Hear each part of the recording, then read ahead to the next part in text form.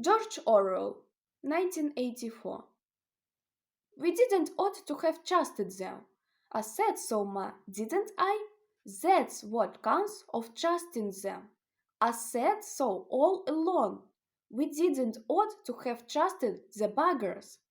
But which buggers they didn't ought to have trusted, Winston Smith could not now remember. Since about that time, war had been literally continuous, though, strictly speaking, it had not always been the same war. Uh, for several months during his childhood, there had been confused street fighting in London itself, some of which he remembered vividly. But to trace out the history of the whole period, to say who was fighting whom at any given moment would have been utterly impossible, since no written record and no spoken word ever made mention of other alignment than the existing one. At this moment in 1984, if it was actually 1984, Oceania was at war with Eurasia and in alliance with Eastasia. In no public or private utterance was it ever admitted that the three powers had at any time been grouped along different lines. Actually, as Winston well knew, it was only 4 years since Oceania had been at war with Eastasia and in alliance with Eurasia, but that was merely a piece of furtive knowledge which he happened to possess because his memory was not satisfactorily under control. Officially, the change of partners had never happened. Oceania was at war with Eurasia, therefore Oceania had always been at war with Eurasia. The enemy of the moment always represented absolute evil, and it followed that any past or future agreement with him was impossible. The frightening thing, he reflected for 10,000 times as he forced his shoulders backward painfully, the frightening thing was, it all might be true.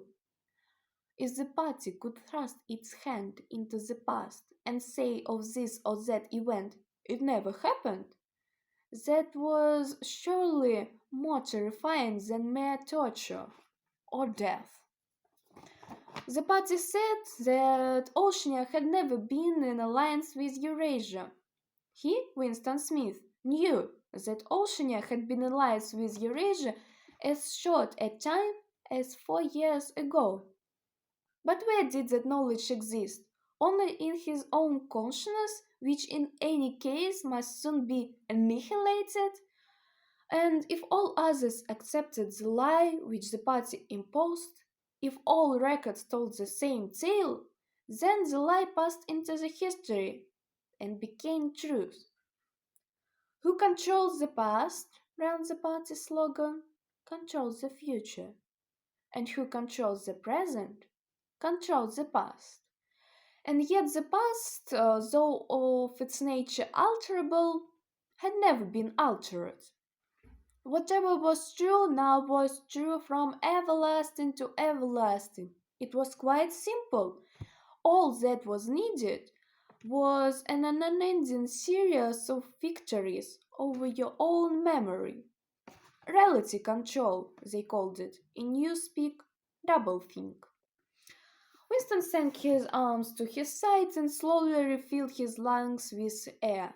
His mind slid away into the labyrinth vault of doublethink. To know and not to know, to be conscious of complete truthfulness, while telling carefully constructed lies, to hold simultaneously two opinions which cancelled out, knowing them to be contradictory and believing in both of them, to use logic against logic, to repudiate morality while laying claim to that, to believing that democracy was impossible and that the party was the guardian of democracy, to forget whatever it was necessary to forget, then to draw it back into memory again at the moment when it was needed, and then promptly to forget it again, and above all, to apply the same process to the process itself. That was the ultimate subtlety, consciously to induce unconsciousness, and then once again to become unconscious of the act of hypnosis you had just performed. Even to understand the word doublethink involves the use of doublethink.